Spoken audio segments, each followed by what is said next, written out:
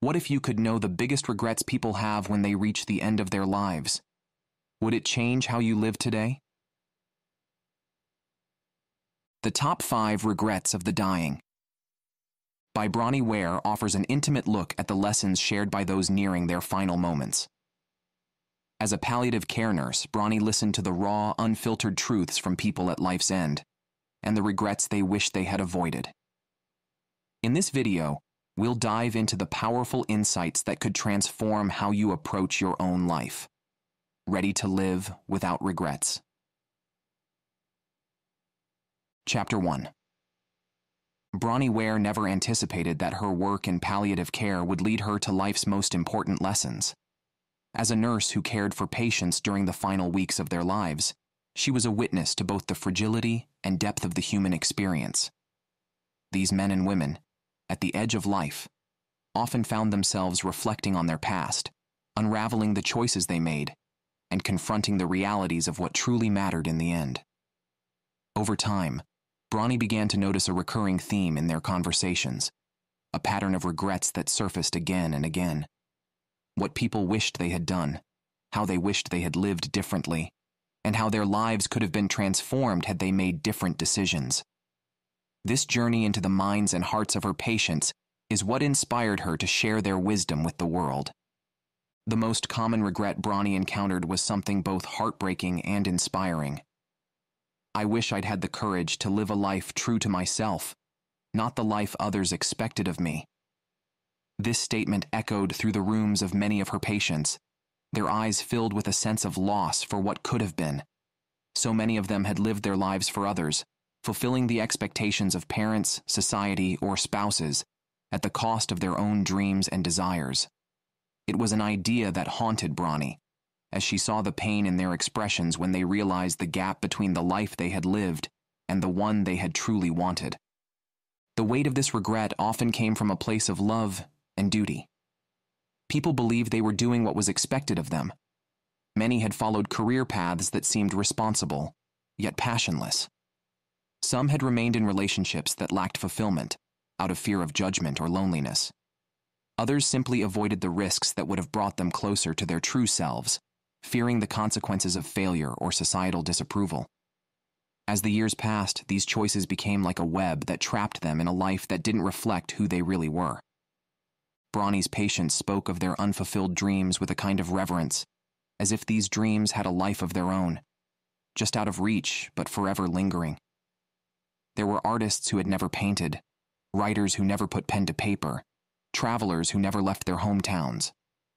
In the end, these unrealized aspirations took a toll, not just because of the opportunities missed, but because each choice that neglected their true selves led to a life that felt increasingly distant from who they really were. Bronnie recalls one particular patient, a man who had always dreamed of becoming a musician. He had been told from a young age that pursuing music was impractical, a dream too fragile for the real world. So he became a lawyer, following in the footsteps of his father. He built a successful career, a family, and a life that appeared fulfilling from the outside. But as he lay on his deathbed, he confided in Bronnie that his heart had never truly been in the courtroom. It had always been in the music he never created, in the songs that remained unwritten. His regret wasn't just about his career. It was about the life he never allowed himself to live because he feared the judgment of others. This man's story, like so many others, painted a clear picture for Bronnie. People often reach the end of their lives wishing they had been braver in chasing their passions, braver in choosing themselves over the expectations of others. There was a deep sadness in knowing that fear of rejection or failure had kept them from the life they had always desired. But there was also a lesson, a reminder that courage isn't just about bold, grand gestures. Sometimes it's as simple as staying true to yourself, even when the world around you is pulling you in different directions. For Bronnie, these conversations weren't just about reflecting on the past. They were also about how the living could learn from the dying. She saw her patients as teachers, their regrets as guides to help others avoid the same pitfalls. Each conversation solidified a core truth. Our time is limited, and we cannot afford to waste it living someone else's life. As Bronnie watched these individuals grapple with their unfulfilled dreams, she began to reflect on her own life. She, too, had been shaped by the expectations of others, at times feeling the pull of societal pressures. But her work with the dying gave her a gift that most people never receive: the opportunity to learn, while there was still time, how to live authentically.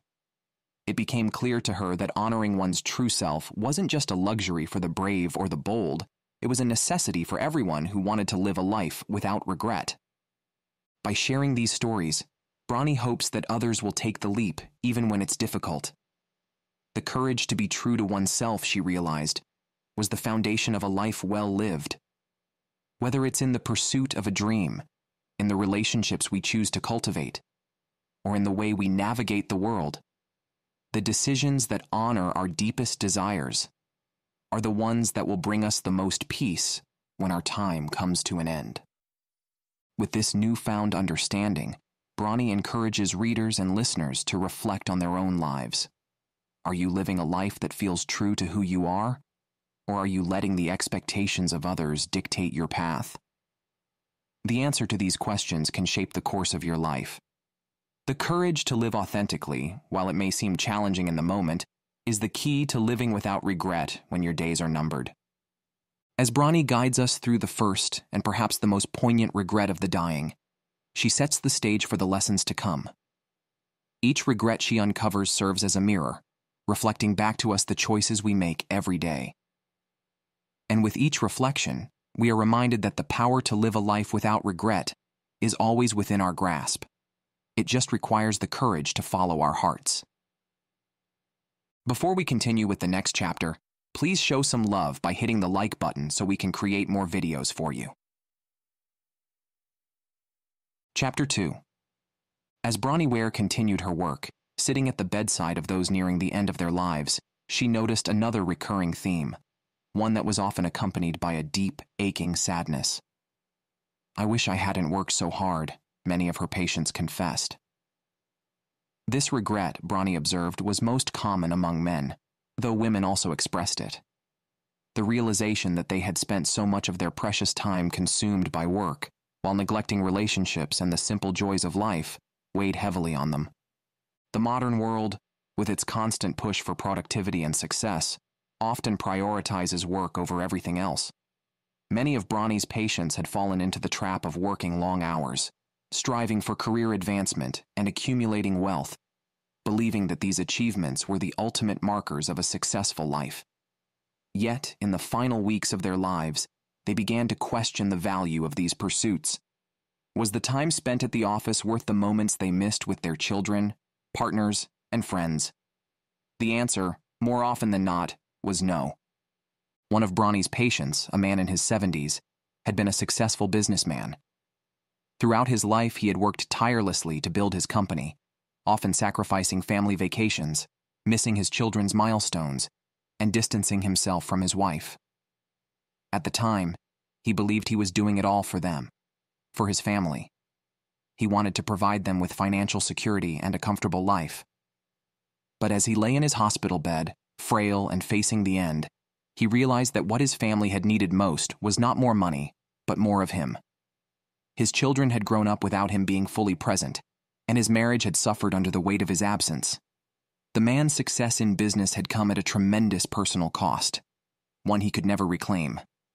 For this patient and many others, the regret wasn't just about the hours spent working, but about the opportunities lost. Work, while necessary, had become an all-consuming force that left little room for anything else. The time that could have been spent building memories with loved ones, exploring passions, or simply enjoying life's small pleasures had been swallowed up by the demands of their careers. Now, in their final moments, they were faced with the sobering truth that no amount of professional achievement could compensate for the personal connections they had sacrificed. Bronnie saw this regret as a powerful reminder of the importance of balance. In a world that often glorifies busyness and productivity, it's easy to lose sight of what truly matters. For her patients, work had been a means to an end, a way to provide for their families and secure their futures. But in the end, what they craved most wasn't financial stability or career recognition. It was the time they had lost. Time to laugh with their children, to nurture their relationships, to pursue the hobbies they had long put on hold. One patient, a woman who had worked as a high-level executive, expressed her regret with tears in her eyes. She had spent years climbing the corporate ladder, working late nights and weekends, thinking that once she reached a certain level of success, she would finally be able to slow down and enjoy life. But that day never came. There was always another project, another promotion, another reason to keep pushing forward. By the time she realized she needed to make a change, her health had deteriorated, and she was no longer able to enjoy the life she had worked so hard to create. As Bronnie listened to these stories, she began to see that this regret wasn't just about missing out on family time, but also about the missed opportunities for self-care and personal growth. Many of her patients had become so consumed by their work that they had neglected their own well-being. They hadn't taken the time to nurture their bodies, minds, or souls. They had become so focused on external success that they had forgotten to cultivate a sense of inner peace and fulfillment. Bronnie often reflected on her own life in the context of these stories. She, too, had felt the pressures of work and the demands of making a living. But as she witnessed the deep sorrow of those who had allowed work to take precedence over everything else, she became determined to live differently. She realized that while work is important, it should never come at the expense of the things that truly make life worth living: love, connection, and personal joy. The patients who shared this regret with Bronnie were not advocating for a life of leisure or idleness. They understood the value of hard work and the satisfaction that comes from achieving one's goals. But they also understood far too late that life is about balance. It's about making time for the things that bring you joy and fulfillment outside of work. It's about being present with the people you love and not allowing the demands of a career to overshadow the moments that matter most. As Bronnie continued her work, she became more attuned to the conversations around work and life balance. She saw how deeply ingrained the idea of working hard to secure a future was in society. But she also saw how, in the end, it wasn't the hours spent in the office that people valued. It was the time spent with loved ones, the memories made, and the moments of joy and peace that filled their hearts. In sharing these stories, Bronnie hopes to encourage others to reflect on their own lives. Are you working to live, or are you living to work? Are you sacrificing time with the people you love for the sake of career success? And if so, is it worth it? The answer may seem obvious, but for many, it's a question that only becomes clear when it's too late. Through the stories of her patients, Bronnie learned that true success isn't measured by the size of your paycheck or the title on your business card. It's measured by the richness of your relationships, the joy you find in everyday moments, and the peace you carry within yourself.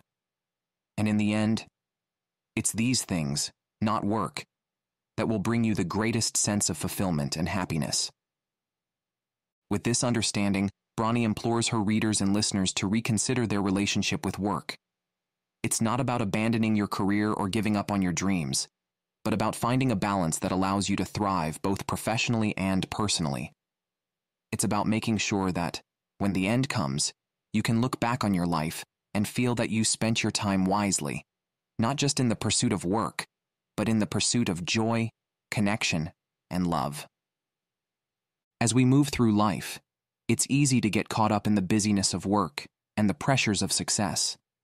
But Bronnie's patients remind us that, in the end, it's the moments we spend with the people we love and the time we take to nurture our own souls that will matter most. The regret of working too hard is a powerful lesson, a reminder that life is not about accumulating wealth or status, but about living fully and with intention. Chapter 3. As Bronnie Ware moved from one patient to another, witnessing their final reflections on life, she encountered yet another poignant regret, one that spoke volumes about the human condition and the way we manage our relationships. "I wish I'd had the courage to express my feelings," was a sentiment shared by many.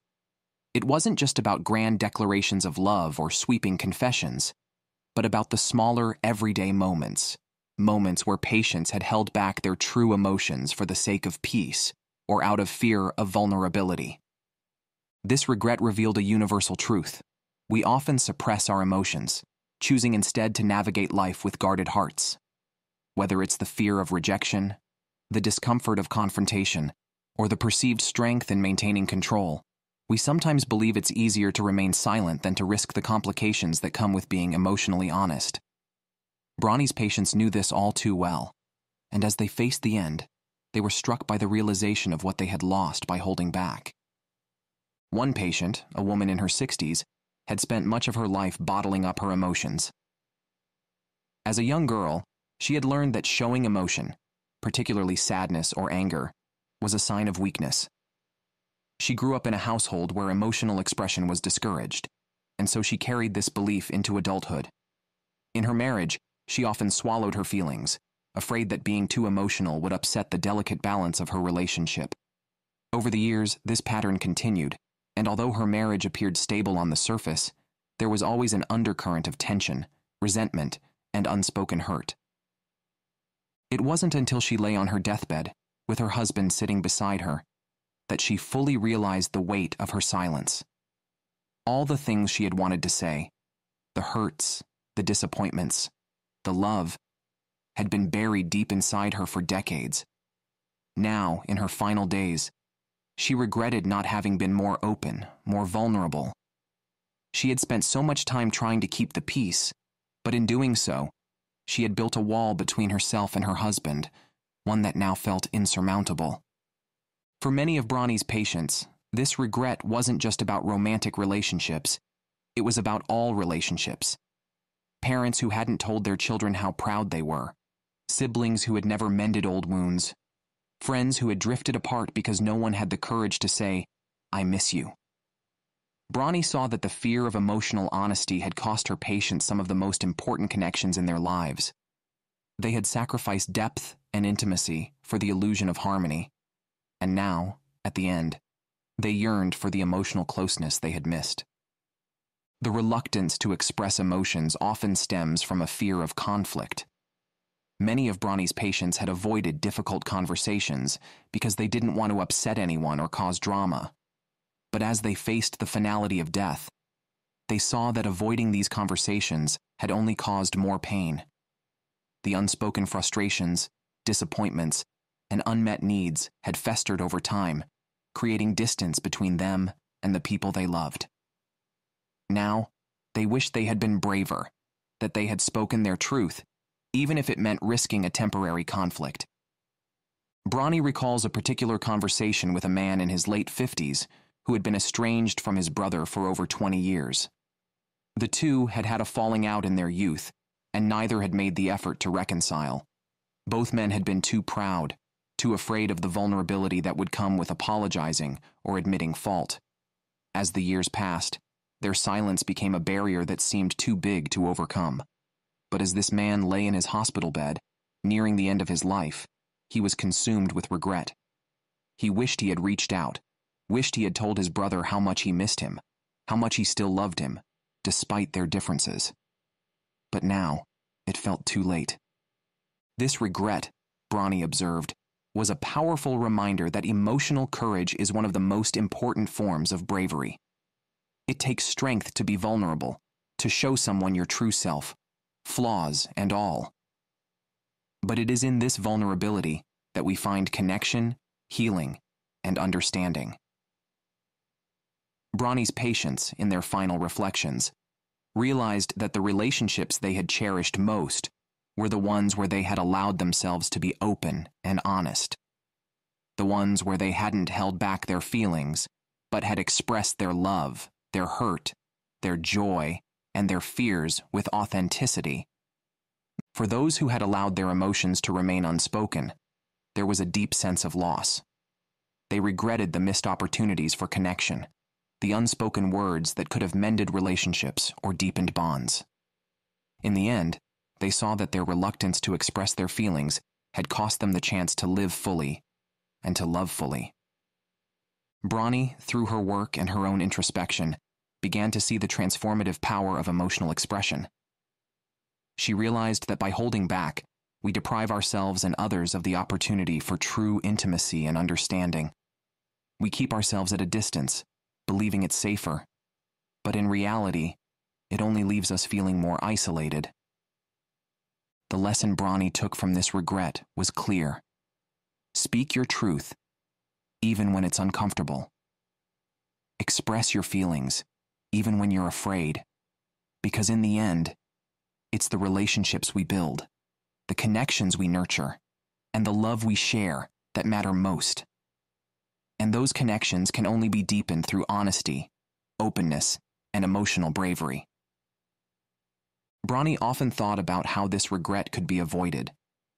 She encouraged people to be honest with themselves and with those they loved, to take the time to say the things that need to be said. Whether it's, "I love you," "I'm sorry," or "I need you." These words have the power to heal, to strengthen bonds, and to bring peace to both the speaker and the listener. As Bronnie listened to her patients' reflections on their unexpressed emotions, she became more determined to live her own life with emotional courage. She vowed to never hold back her feelings out of fear, to always be open and honest with the people she loved. She saw that emotional honesty wasn't just about avoiding regret. It was about living a fuller, richer life, one that is filled with love, connection, and understanding. The stories her patients shared taught her that while it may be difficult to express our feelings, the alternative, living with regret and emotional distance, is far worse. And so, Bronnie's message to the world is simple. Be brave enough to be vulnerable. Because in the end, it's the love we give and the emotions we share that will bring us the greatest sense of fulfillment. Do you want to improve yourself daily? Subscribe to our channel now and get free audiobooks every day. Chapter 4. As Bronnie Ware continued her journey alongside those nearing the end of their lives, she encountered another deeply human regret that brought into focus the importance of connection and companionship.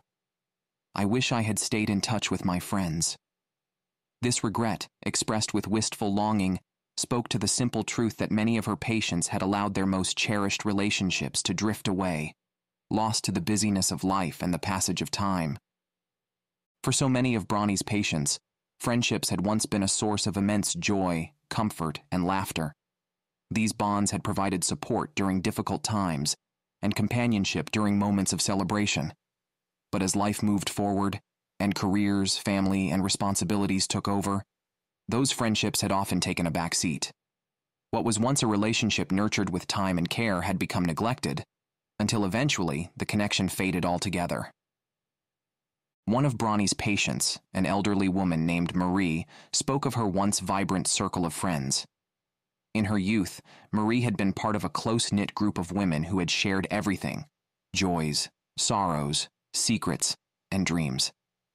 They had been inseparable, supporting one another through life's ups and downs. But as they each got married, started families, and pursued careers, their regular meetings became less frequent. Eventually, the demands of everyday life consumed them, and what was once a strong bond became a distant memory. Now, in her final days, Marie regretted not making more of an effort to stay in touch. She missed her friends, missed the laughter and the conversations that had once brought her so much happiness. She wished she had picked up the phone more often, written letters, or made the time to visit.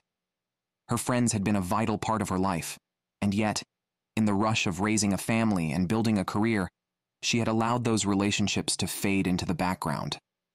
In hindsight, she saw how important those connections had been to her sense of fulfillment, and she regretted not having nurtured them more. Bronnie noticed that this regret was often accompanied by a sense of loneliness, particularly as her patients grew older. Many of them had lost touch with friends over the years, and now, in their final moments, they longed for those connections. The people they had once laughed and cried with, the ones who had known them at their best and worst, were no longer a part of their lives. The absence of these friendships left a void that was difficult to fill. For Bronnie's patients, the regret wasn't just about losing touch. It was about not making the effort to rekindle those relationships before it was too late. They had always assumed there would be more time, that they could reconnect someday. But as they lay in their hospital beds, they realized that someday had come and gone. The opportunity to reach out and reestablish those bonds was no longer available, and they were left with the painful realization that they had let go of something precious. Bronnie reflected on how life often pulls us in different directions, and it's easy to let friendships slip away in the process. Careers become more demanding, families grow, and time seems to move faster with each passing year. It's not that people intentionally let go of their friends, it's just that life has a way of getting in the way.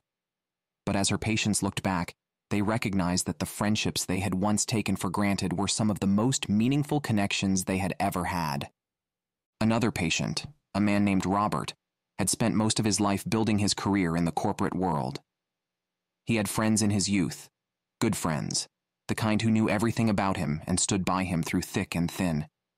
But as his career took off, he found less and less time for them. He was constantly traveling, working late hours, and climbing the corporate ladder. By the time he reached retirement, many of those friendships had faded. Robert thought he would reconnect once he had more time, but as the years passed, he found it increasingly difficult to reach out. His friends had moved on, and so had he, in his own way. Now, as he faced the end of his life, he regretted letting those bonds slip away. He missed the camaraderie, the shared memories, and the sense of belonging that had come with those friendships. Through these stories, Bronnie began to see that friendship is one of life's greatest treasures. While careers, material success, and even family are often the focus of our daily lives, friendships offer a unique kind of connection, one that is rooted in shared experiences, trust, and love.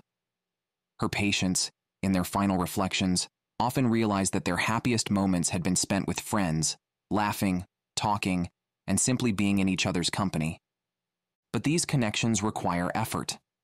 Friendships, like any relationship, need to be nurtured and maintained. Bronnie saw that many of her patients had underestimated the importance of making time for their friends. They had assumed that their friendships would always be there, waiting for them to return. But as time went on, the distance grew, and it became harder to bridge the gap. The regret her patients expressed wasn't just about missing their friends. It was about not realizing sooner how vital those connections had been to their overall happiness. Bronnie, through her work, became more aware of the importance of staying connected. She realized that friendships don't have to fade just because life becomes busier or more complicated. With a little effort, we can maintain these connections and continue to grow with our friends as life changes. It's not about grand gestures or constant communication. It's about showing up, being present, and letting your friends know that they are important to you. In sharing these stories, Bronnie hopes to inspire others to reconnect with old friends and nurture the friendships they already have. Life is short, and it's easy to lose track of the people who matter most. But it's never too late to reach out, to make that phone call, to send that message. The connections we build with others are what give life meaning, and in the end, it's the time we spend with those we love that we will remember most. The regret of not staying in touch with friends is a reminder that relationships, especially friendships, are among the most precious things we have. It's a call to prioritize the people who bring us joy, who support us, and who remind us of who we truly are. Because in the end, it's not the number of friends we have, but the depth of the connections we nurture that will bring us peace when our time comes. Chapter 5. As Bronnie Ware sat with her patients in their final days, she noticed that many of them shared a regret that seemed both simple and profound. I wish I had let myself be happier. This wasn't a regret rooted in big, dramatic life choices, but rather in the small, everyday moments where they had chosen to be less joyful than they could have been. What struck Bronnie most about this regret was how universal it was. People had spent their lives believing that happiness was something elusive, something they had to earn or wait for. And now, as their time was running out, they realized that happiness had always been within their reach. It was simply a matter of allowing themselves to feel it. Bronnie saw that many of her patients had fallen into patterns of complacency, routines that offered comfort but not joy. They had stayed in unfulfilling jobs, remained in relationships that didn't nurture them, or avoided pursuing their passions, all because they thought that happiness was something that would come later, after they had checked all the boxes of responsibility and duty.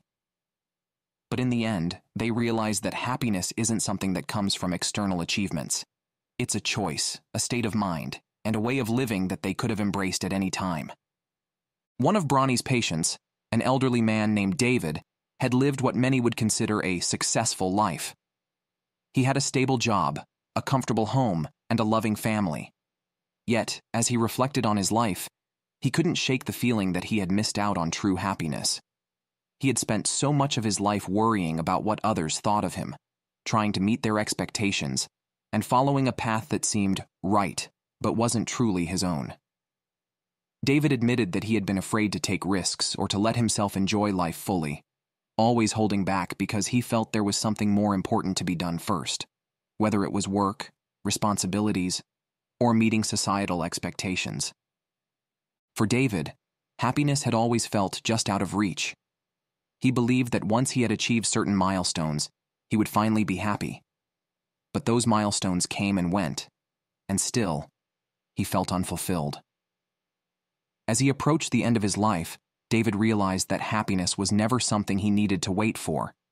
It was something he could have chosen at any moment, simply by letting go of his fears and allowing himself to enjoy life as it was, rather than constantly striving for something more. This regret of not allowing oneself to be happy was echoed by many of Bronnie's patients. They had allowed fear, worry, and the opinions of others to dictate their choices. They had stayed in situations that didn't make them happy because it felt safer or more responsible.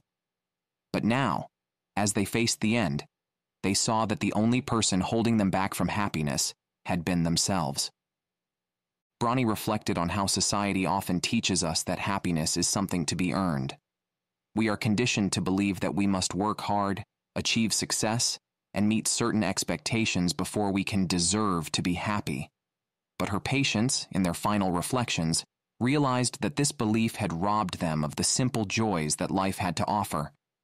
They had spent so much time worrying about what they should be doing or how they should be living that they had missed the opportunity to just be, to laugh, to love, to enjoy the small pleasures of life.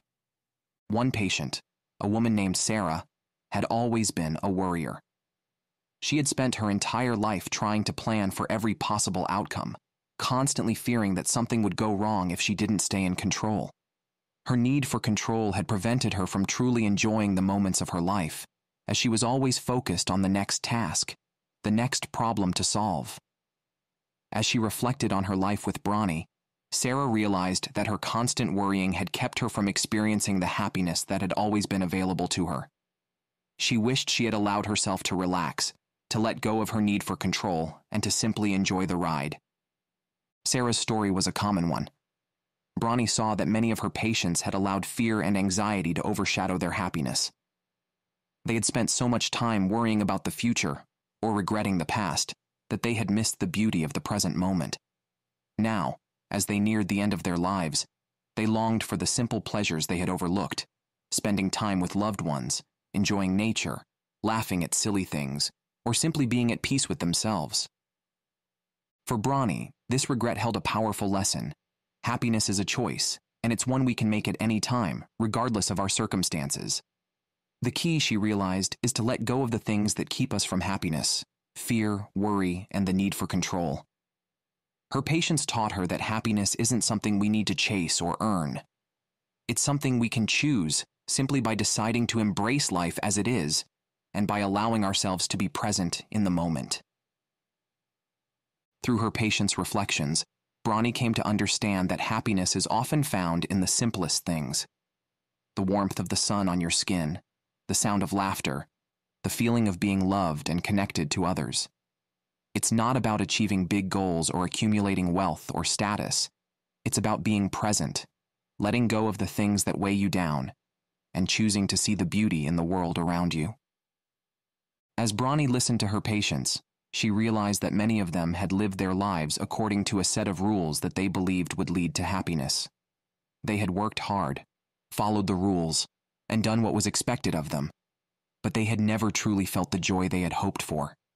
In the end, they saw that happiness wasn't about following a set path. It was about creating your own path, one that allowed you to feel joy in the everyday moments of life. The regret of not allowing oneself to be happy is a powerful reminder that life is fleeting, and that happiness is something we must actively choose. Bronnie encourages her readers and listeners to reflect on their own lives. Are you allowing yourself to be happy? Or are you waiting for some future moment when everything will be perfect before you let yourself enjoy life? The truth is, that perfect moment may never come. Happiness is something you can choose right now, in this moment, simply by deciding to embrace life as it is, with all its imperfections and uncertainties. Bronnie's patience taught her that happiness is not about having everything figured out or achieving all your goals. It's about finding peace in the present moment, about letting go of the things that don't matter, and about choosing to focus on the things that bring you joy. Whether it's spending time with loved ones, pursuing a passion, or simply taking a moment to breathe and appreciate the beauty of life, happiness is always within reach. We just have to let ourselves feel it. In the end, Bronnie realized that the regret of not allowing oneself to be happy was one of the most poignant lessons her patients had to offer. It's a reminder that life is short and that we should never wait to experience the joy that is available to us. Happiness is a choice, and it's one that we can make every day, simply by choosing to let go of fear, worry, and control, and by embracing the simple pleasures of life. If you haven't already, make sure you are subscribed to our channel and especially like this video so we can make even better audiobooks for you.